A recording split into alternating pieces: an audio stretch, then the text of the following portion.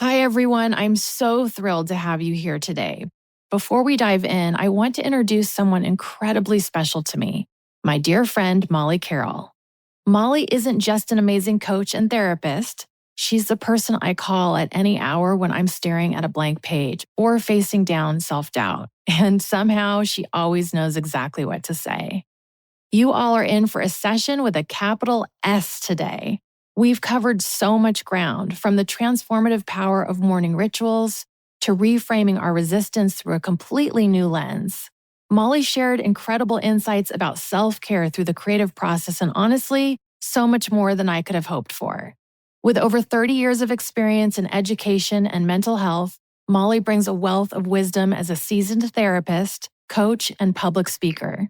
She's dedicated her life to helping people lead more empowered and connective lives, something every writer needs. You might recognize Molly from her two powerful TED Talks or know her as the author of Cracking Open, a creative journal for self-transformation, and Trust Within, Letting Intuition Lead. Both books have helped countless writers break through their barriers. If her voice sounds familiar, you might be one of her many fans of her heartwarming podcast, Cracking Open with Molly Carroll, which has become a global resource for anyone seeking connection, healing, and inspiration. When she's not transforming people's lives, Molly leads incredible workshops and retreats across the United States, Mexico, and Costa Rica. She's even shared her wisdom with companies like Apple, LinkedIn, and Hydro Flask. What I find most inspiring about Molly is how her spiritual journey, including a private audience with His Holiness, the Dalai Lama, has shaped her approach to helping others connect with their higher selves and create with purpose and compassion. So get comfortable, maybe grab something to write with, because I promise you're going to want to remember what she has to say.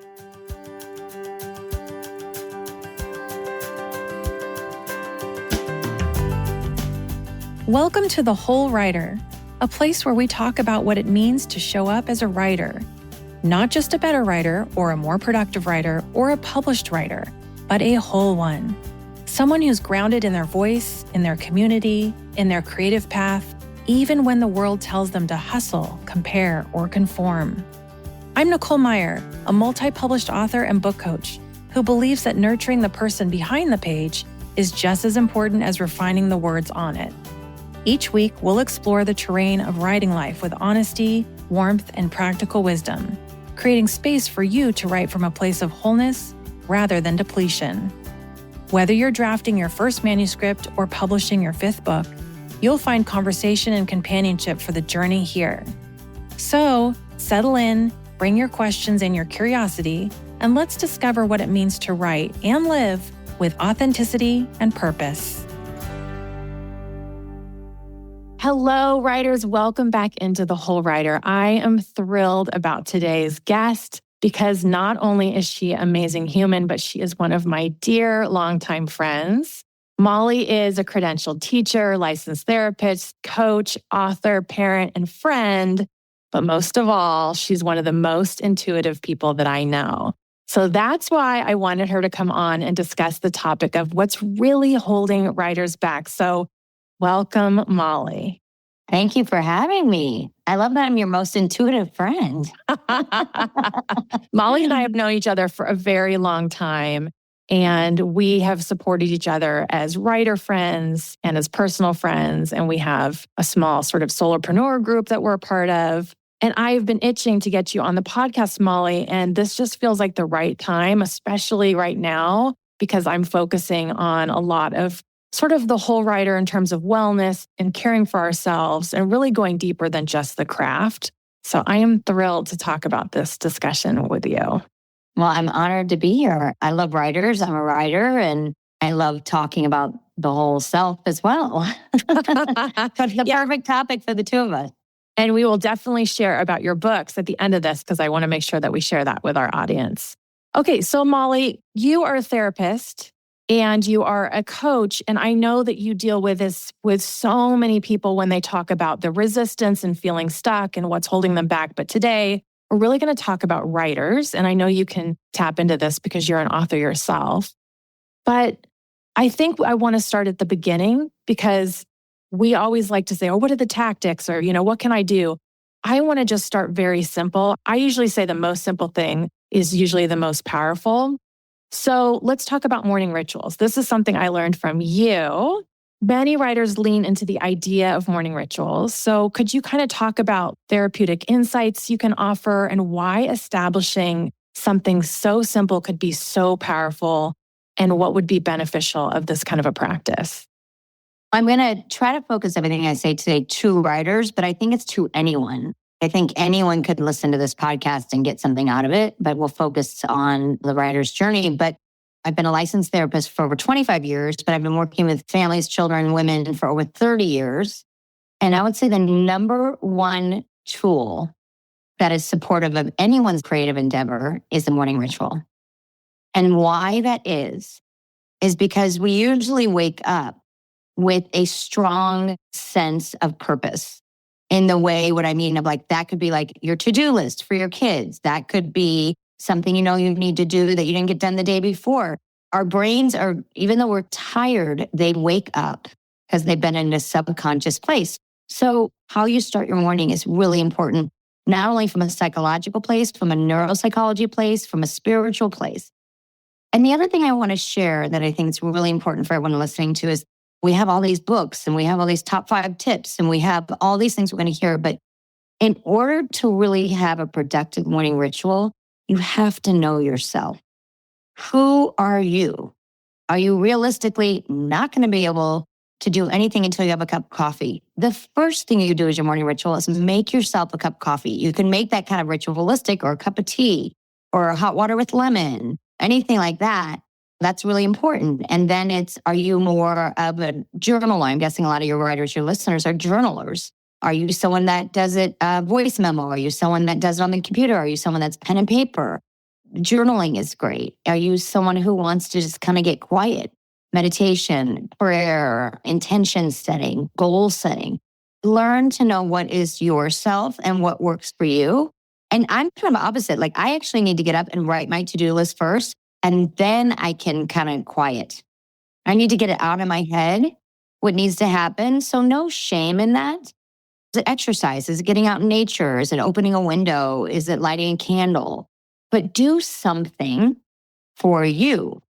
Because I think if you set up your morning ritual knowing that it's important to have something that's about your process, your soul, your day, you're going to be able to be available not only for the muse of the writer, but for everyone else in your life.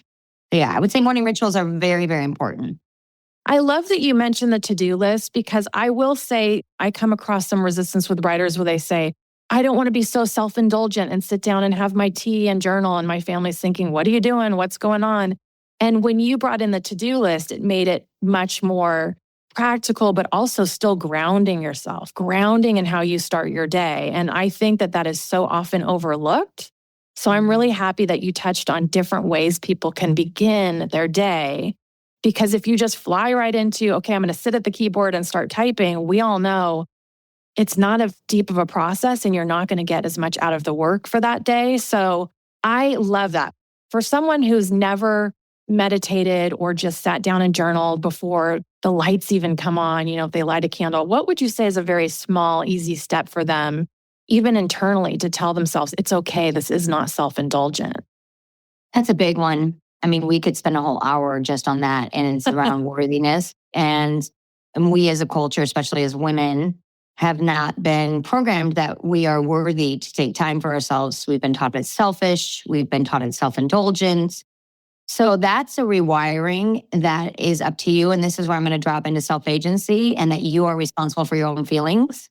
And I think often women want permission, and men too. But what I've seen more in my work is that it's harder for women than men to have permission to take care of themselves. So I have a lot of compassion around this, because I have it too. I have a really hard time taking care of myself. I offer retreats for women. I offer coaching programs for women, yet I don't attend one. I don't attend many retreats. I've never done a coaching program for myself, but I've learned other things that I do to take care of myself. So the first thing I would say is, with compassion and a lot of love, but you are responsible for your own feelings. So if you're not feeling like yourself and you can be self-indulgent, that's your responsibility to change that messaging.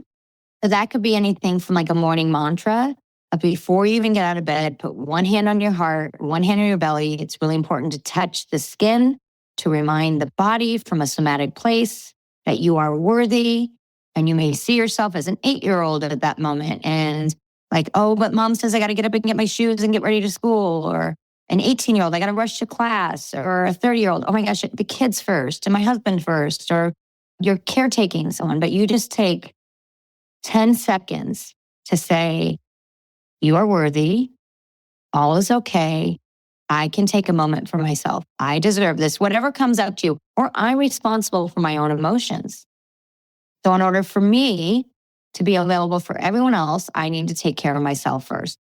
And I'm going to say it's not easy, but being healthy and whole is not easy. Yeah. It's not like it just arrives. And as we get older, more complications come into play. And so it needs to be more of a priority. So the first thing I would say is you are responsible for your own feelings and your own emotions. So you need to take care of yourself. And the second thing is called intimacy and interdependence. So in order to know that you're worthy, intimacy, meaning you have to be vulnerable, you have to be open-hearted, you have to try. You don't have to, you have to try. I know it's not easy. And the interdependence place is find your community. Yeah. So as Nicole mentioned, we're in the solopreneur. I call it a women's business meeting. We've been meeting for 40 years, and we have created a culture of intimacy and interdependence. And through that culture, we now feel more worthy about who we are, what we do in the world, how we are as mothers, sisters, humans, because we are taking responsibility for our own emotions. And we believe in intimacy, being vulnerable, being honest, being truthful, using our voice, and interdependence, finding the right community, the safe space of trust to talk about what we're going through in order to feel more worthy that we deserve to take time for ourselves.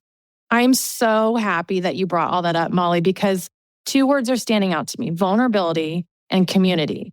And it's very ironic because as writers, we know this. We say in order to have your readers connect to your story, you have to show vulnerability with characters on the page. And in order to learn craft and learn about where your publishing path is and where you're going as a writer, you need to connect with a creative community. And as authors, we say, okay, and it's almost like we compartmentalize that. We say, I'm going to be vulnerable on the page, but I'm not going to be vulnerable in real life. I'm going to show up for creative community because I want my work to get out into the world, but I'm not going to necessarily think that I deserve to always be in community. And so it's this very strange push and pull of, I know I need it over here in the work, but can I do it for myself? So I'm so happy you brought that up.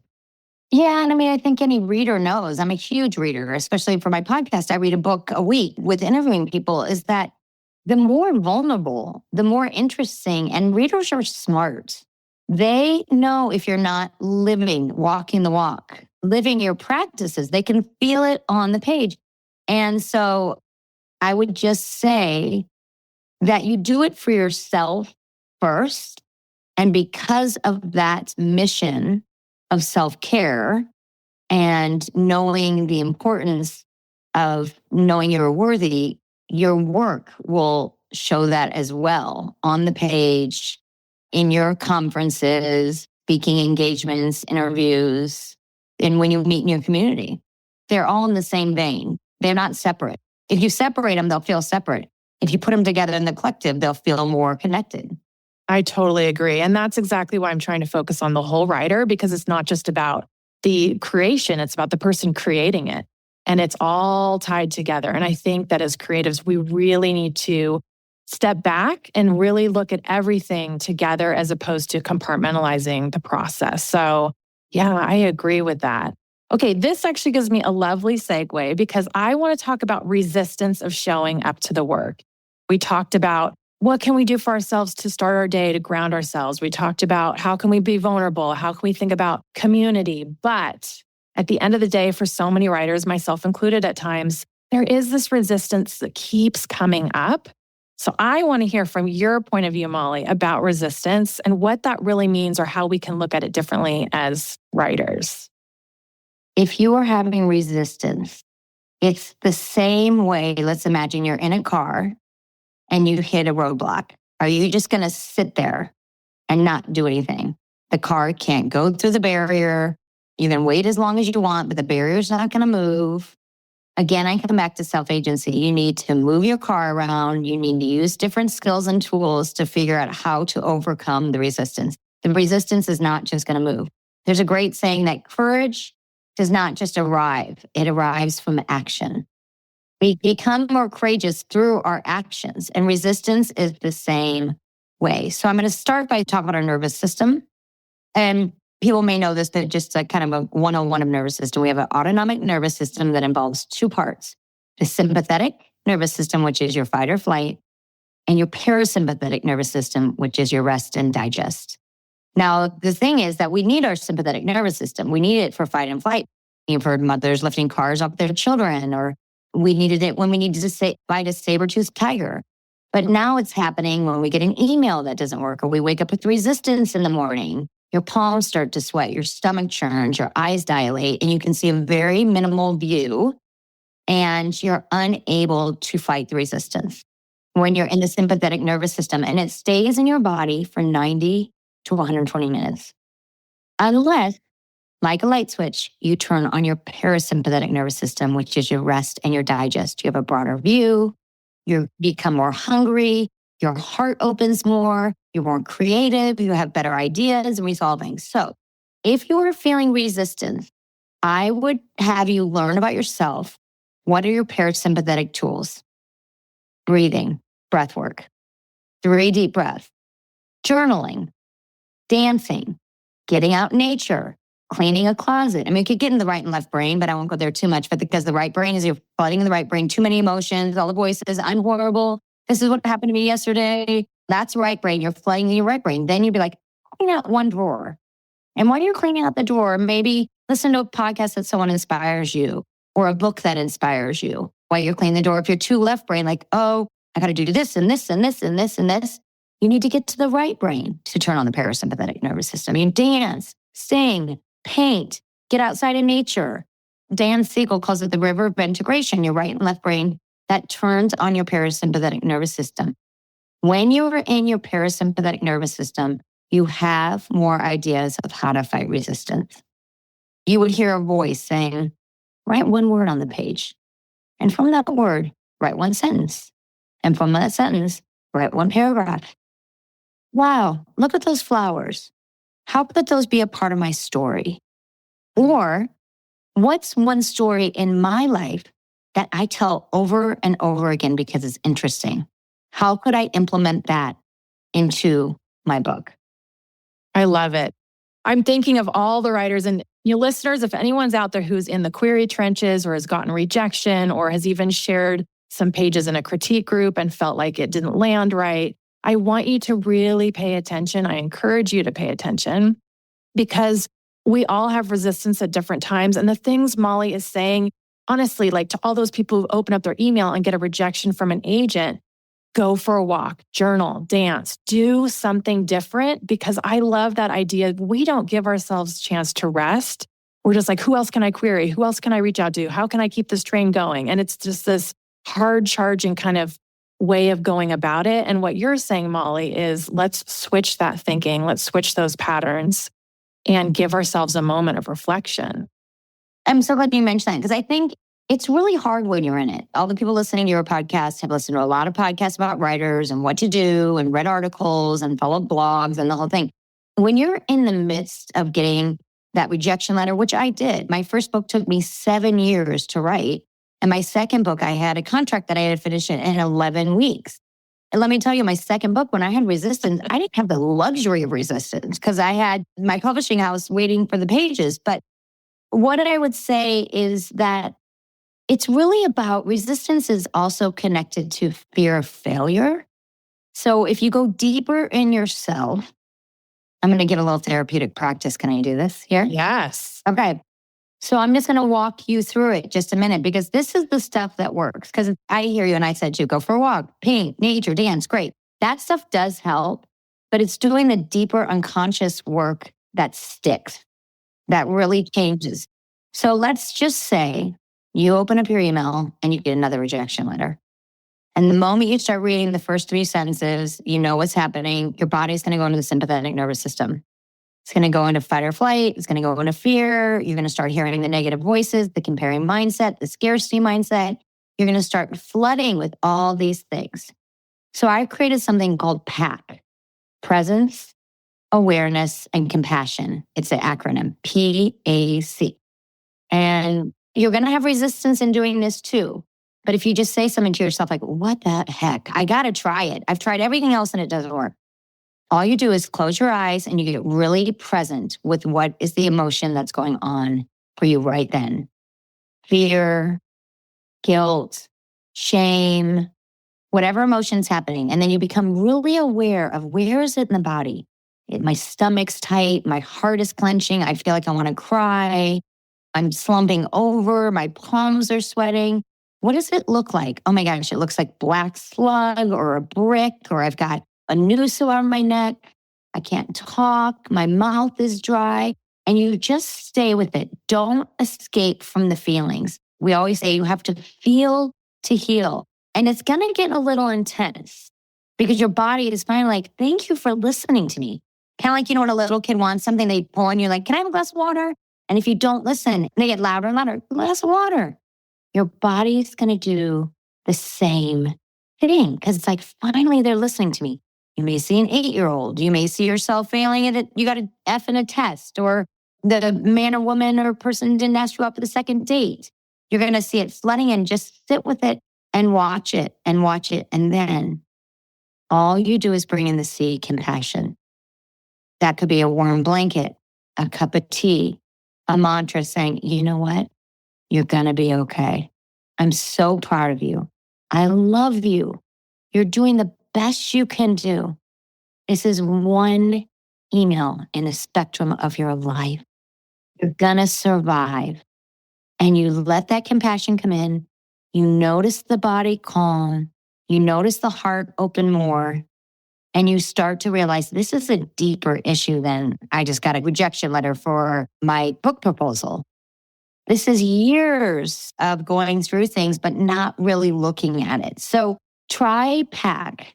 I do it every week. Now I just pull my car over and I can do it in like 30 seconds. So and presence. I can do it really quickly. Yeah, say it again, Molly. P, presence, get really present with the emotions. Awareness, where's in the body? What does it look like? What is it saying? And then you bring in compassion. Compassion is the medicine, the salve for our wounds. I love that. I hope that people are taking notes because this comes up for all of us time and time again, even though we think we've nailed it or we've moved past it. It will come up in different parts of our writing process, parts of sharing our work, parts of being out there in community. But I also am so happy you brought this up, Molly, because it reminds people they are not alone in feeling this self-doubt. They're not alone in feeling guilt or shame or unworthiness if they do get the rejection or they didn't finish the word count for the day or whatever their goal is. I just want you listeners to know you're not alone. We've all gone through this. It doesn't matter how seasoned you are. And there is a new way to look at how to care for yourself as a creative. Don't just brush it under the rug. Really sit with it, like Molly said. And I just think that that is such an effective, accessible way of doing it, Molly. Well, I mean, now we know all the science and data. I could quote all the data that I've studied and researched and read from a mental health perspective of like the old way doesn't work. Moving on, brush it under the rug, pull up your bootstraps. Toughen up. Toughen up. Stop crying. We know now from all the studies that that does not change our neural pathways. Our neural pathways have plasticity, and to rewire the neural pathways, you need to tell it what it wants to hear. You need to function from a place of body somatics is real. So it's really about taking the time to, I constantly think about like if you broke your arm, you wouldn't just keep moving on. You got to get the cast, you got to go to the doctor, you need to give yourself rest to heal the bone. It's the same with our internal stories and old stories that don't serve us anymore. I'll tell one personal story. In my graduate school program, I had to write a thesis, and the whole year was writing my master's thesis. And the first, what's the word I'm trying to think of? The first writing. What's the word? First draft. Thank you. First draft. You'd be so, I promise you I'm a writer. I can't even think of first draft. The first draft My thesis advisor came back with more red on the page of her correcting my mistakes than actual words. And I kid you not, I laid on my bed in San Francisco. I cried my eyes out. I'm like, I'm the worst writer. I'm not going to graduate. And, I wrote the thesis. I graduated the whole thing. When I did my first edits for my second book, I had to deal with that PTSD. Yeah. It came up when I was handing in my first pages to my editor. I was like, whoa, I'm back to graduate school. So this stuff stays in the body. Yes. And it doesn't go away. So I finally was like, okay, I got to deal with this now, else I'll never write another book. Yeah, that's so relatable. I remember my first real professional developmental edit, and it was 325 pages of so many comments in the margins. And man, did I go through a range of emotions. Yeah. It's being writer, not for the faint of heart. I mean, you have to be able to handle a lot of different emotions in order to publish a book or write a book even. Yes. Okay. So this is a good segue for me to talk about another thing I really wanted to ask you about. So we've talked about grounding yourself. We've talked about getting present when we're feeling the resistance and really acknowledging what's going on. But there's still that part where a writer very much wants to show up for their creative practice, but they fail to show up. And I really want to ask you, Molly, about the shadow side and from your perspective, how you can explain that. I very much want to be here. I very much want to write this book. I very much want to show up. And yet I don't. And yet I fail to show up. So can you kind of talk about the shadow side a little bit? So what Nicole is talking about is I'm trained as a Jungian, Carl Jung psychotherapist, and Jung coined the phrase, the shadow side. And the premise of the shadow side is that we have a light side to ourselves and the dark side, which is the shadow. The shadow is the part we don't want to look at, our jealousy, our envy, our rage, our judgments. Yet Jung believed if you can embrace your shadow side, you are more whole. Think of yin and yang, the black and the white. If you embrace these parts of yourself and you don't shun them or shame them, so you don't shun or shame the resistance parts of yourself, you embrace it, you will be able to move through it. But what happens so often is we don't do that. So one technique you can do to embrace the shadow side is write it all down.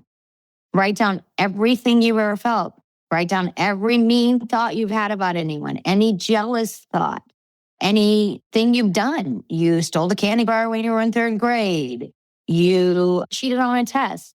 You didn't tell the truth of this or that. You cheated in your marriage. There's so many different things.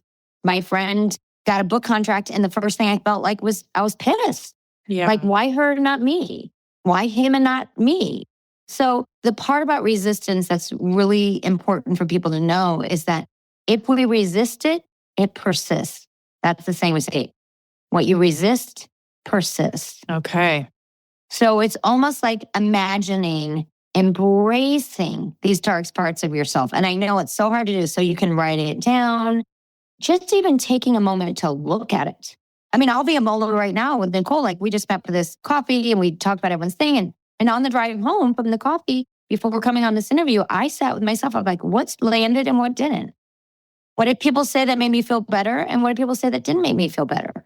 And why is that, Molly? I took responsibility for myself versus being like, oh, it's them or this or this. Like, no, what's my shadow?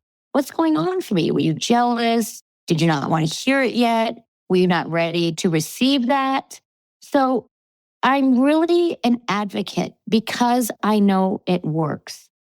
For you, the listener, to know that you're not a bad person and you're not unique and that you have this shadow side. Everyone has it. And you don't have to live in it. Like, you write it down, burn it, and then go on with your day. But notice when you burn it and you're watching it, it's like the phoenix rising. You're like, I feel a little bit lighter. I actually feel like I could use something I just did in my story, fiction or nonfiction. Nonfiction is like, I'll write this exact story. Fiction would be like, oh yeah, this character needed to release the shame from having an affair. And he or she did it this way. So that's what I would say. It's just those parts of ourselves we don't want to look at. But if you don't look at them, they're ever present and that much more directive of your own mental health and your own creative process. Yeah, I'm so happy that you really dove into that, Molly, because for a lot of us, we've heard a little bit about the shadow side, but it's really applicable to so many writers, myself included. Pretty much every writer I know, it's one time or another, you showed the same thing, is we get into the comparison trap. We think certain things. If a friend in our critique group got this major book contract and we didn't, or if someone's doing really well on social media or got asked to speak somewhere, we all have that.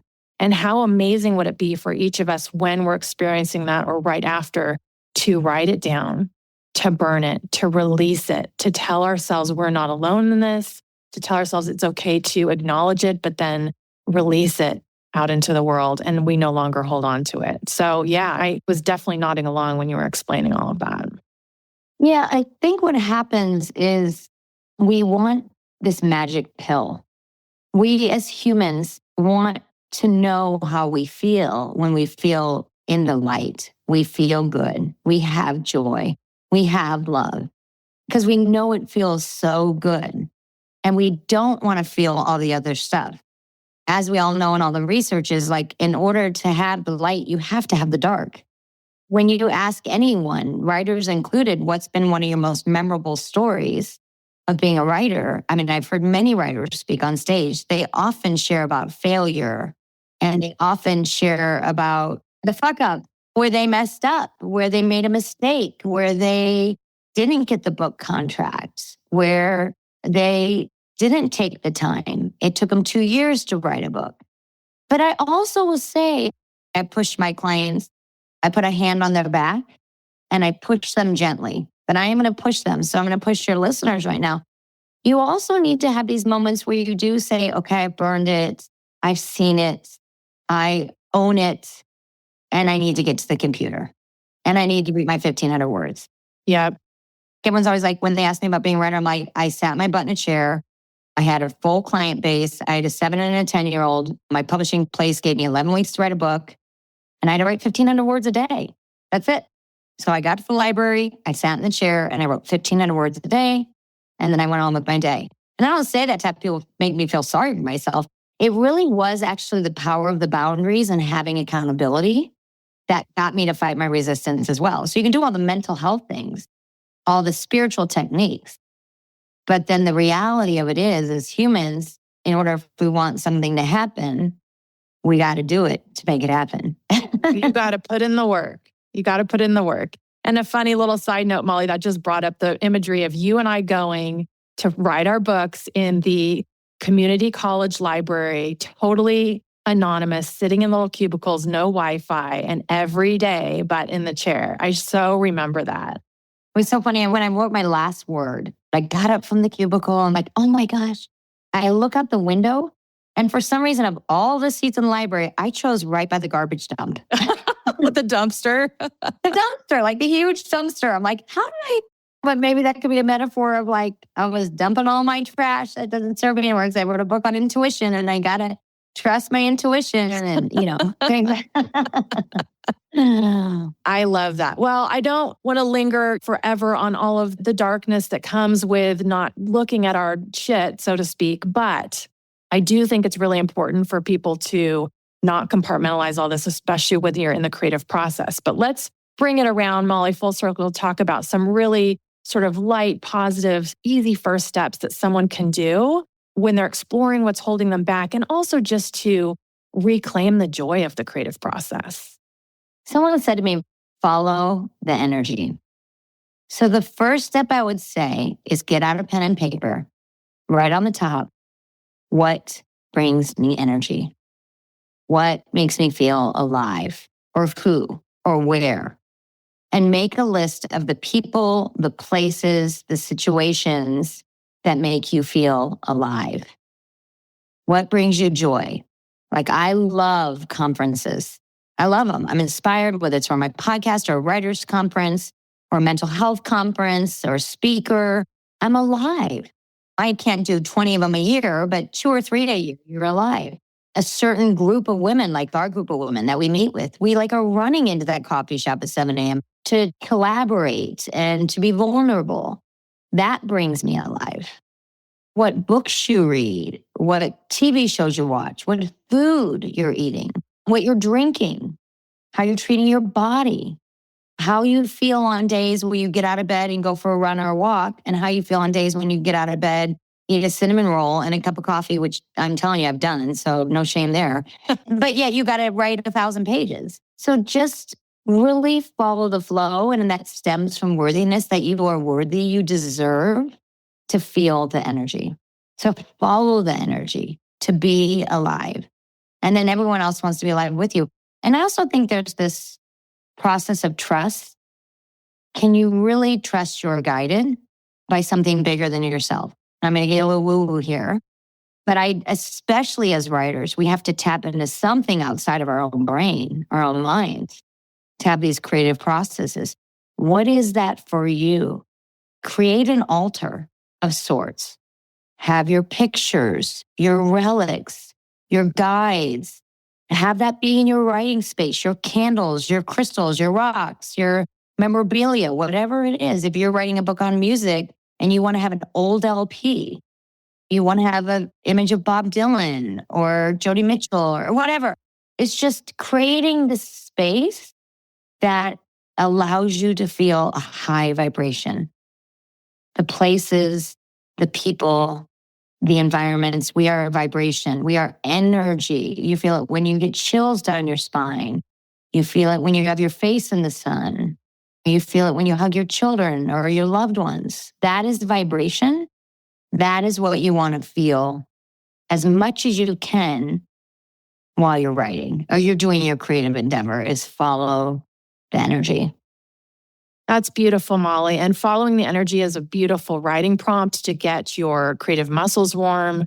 It's also a beautiful exercise in building sanctuary for where you are going to write. I always talk about building that sanctuary, that safe space, that quiet space where people aren't trampling through, where you can actually write the pages you want to write. So very accessible. I love that you shared that, Molly.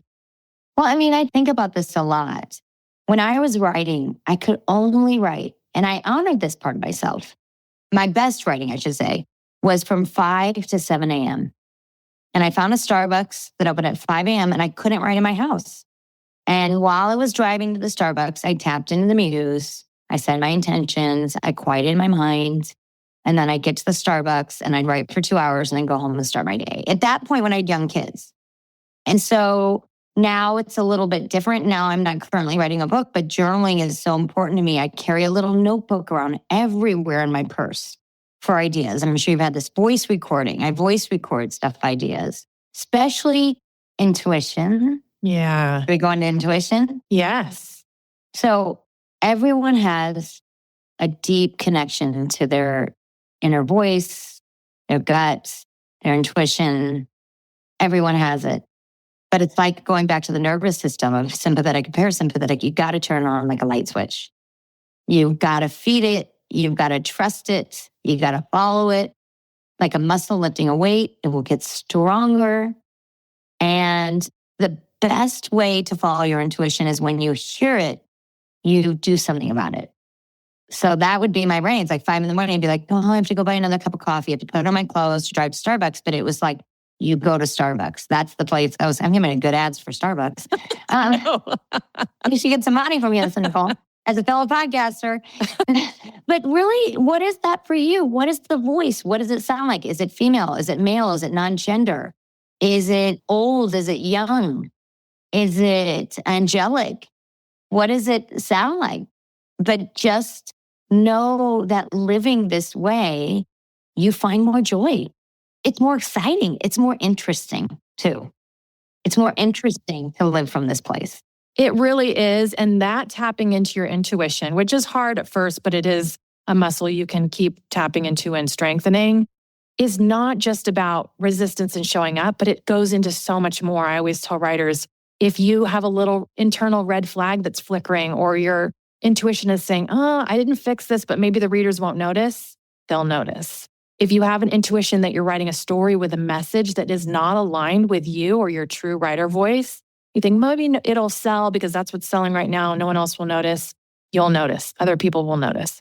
You've got to follow that intuition all the way from when the muse hits, to creating the story, to editing the story, to marketing the story, to talking to your audience, follow your intuition, because I'm telling you from experience, and Molly, you can probably say the same thing, is I've had times when I ignored my intuition and man, did it come back to bite me. And the beginning of the intuition is intense. Yeah. So it's not like it feels all like roses and, chocolate. It's not. It's like, oh, I got to rewrite this page. Yeah. Oh my gosh, I got to tell this agent they're not the right person for me. I've been working forever for an agent, but yet I don't feel like they really get me as a writer. Right. Those are tough decisions. Yeah. But exactly how you said, they will catch up with you and it will affect the end product of a book. So it's like really following that voice. It's really powerful. I mean, I've had some of the most crazy experiences of my life, as you know, like going to India and by following my intuition. Yes. Yeah, that was amazing. Your intuition told you to just jump on a plane and go meet the Dalai Lama, and man, did you do it. Yeah. So I was writing my book. I published my first book, Cracking Open, and I was in the process of thinking about my next book. And I was watching a documentary called 10 Questions to Ask the Dalai Lama. And it was about an American journalist who had an opportunity to get a private audience with His Holiness, but only had time for 10 questions. And what would he ask? And the documentary also went into the Chinese regime on the Tibetan people. And in the middle of the movie, my whole body began to shake. And all I kept hearing my intuition was saying is that you need to go to India and help Tibetan refugees. And I mean, I had done yoga, I liked meditation, but Tibet was not one of my causes. I had no interest in going to India. I'm not a Buddhist. I mean, who doesn't love the Dalai Lama? But it wasn't that. But I booked my ticket and I was going to go. I planned the volunteer place and my whole journey. I was going alone. And sadly, my father passed away. And I could barely get out of bed, let alone get on a plane and go to India. So I canceled my trip. And I was on a hike with a friend one day about a year later. And she said, when are you going? You raised money. You had the whole plan. And I kind of got mad. I was like, it's not that easy to pick up and go to India. I had kids. I had a full private practice. But I got home and I kept hearing her words. That's another thing to remember, writers, if you keep hearing someone's words. And I was like, she's right. And she kept saying, if you wanted to go to India, you could go tomorrow. And I booked a ticket and left 3 weeks later to go to India. And I remembered the first time I went, I was like, if this journalist got a private audience, I could get one. And I just wrote www.dalailama.com and asked for a private audience. And they're like, no, he's 70 at the time. He had hundreds of thousands of requests. Sorry, no. And then 2 days before I was leaving, I thought, I'm going to write them again. That's another thing with writing. Keep writing the voices you hear. So I wrote him again and said, my father passed away. I was unable to come, but I'm coming now. Is there any way I could get a private audience with His Holiness, the Dalai Lama? And they said, we'll see what we can do. And when I got there, I got my private audience. I got to spend some time with him alone. And that was following my intuition. It was not logic. It was not the minds. It was not my specific to-do list. It was my heart. It was my heart. And one last thing I'll say is that most people ask me what the one thing you learned in spending time with His Holiness. And this is a beautiful way to come to conclusion with all you writers. The one thing I kept hearing over and over again is we are all connected. Right. Like we are all connected. Your actions not only affect you, but affect other people. What you write and how you put your beauty out in the world could change someone's life. Or just could give them a great beach read, or could make them laugh or cry. So do not hold back. Do not hold back. We need you in the world. We need everyone that's listening to this podcast and that are writers. We need your muse. So yeah, that's my story of intuition. I'm so happy that you shared that, Molly. And yes, writing is connecting. We write to connect. And speaking of writing, speaking of sharing books, this is a perfect opportunity for you to share with the audience both of the titles of your books and tell them which one that you wrote more about visiting with the Dalai Lama. So Molly, tell us your books. My first book is called Cracking Open. And that's the same of my coaching program, my podcast. And it's an artistic journal for self-discovery. It's a journal. And I self-published. So that was the whole thing. I wrote it, I painted it, I did everything on my own. That was a beautiful journey. And then my second book is called Trust Within. and I was published by Amazon. And that was a whole journey. So, and my book about the Dalai Lama is in Trust Within. It's about following your intuition. I love it, Molly. Now tell everyone where they can find you, because I know I would encourage everyone, if you resonate with what Molly says, I can tell you, run, don't walk to sign up to work with her, listen to her podcast. So Molly, share all the things of how people can find you. Molly-Carroll.com is my website. Molly Carroll Inc. is my Instagram.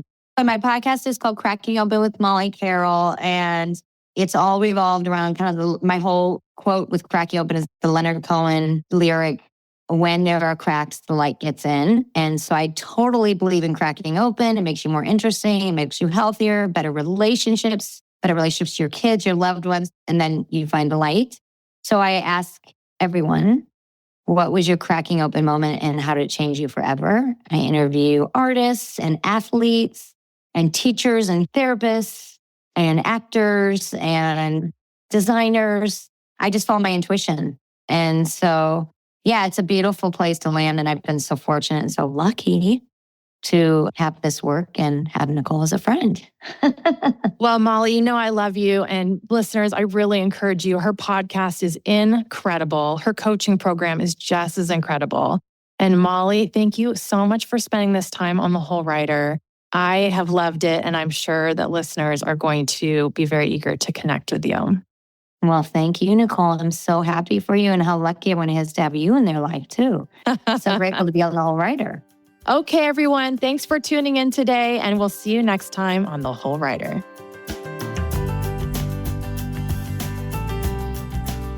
If you want to check out my coaching programs for fiction writers, visit NicoleMeyer.com. That's MEIER. And if you like this episode, I'd love you to take a minute to leave a rating and review for this podcast. This will help more writers like you to discover the show and to get going on their writing journey. Thanks so much for listening.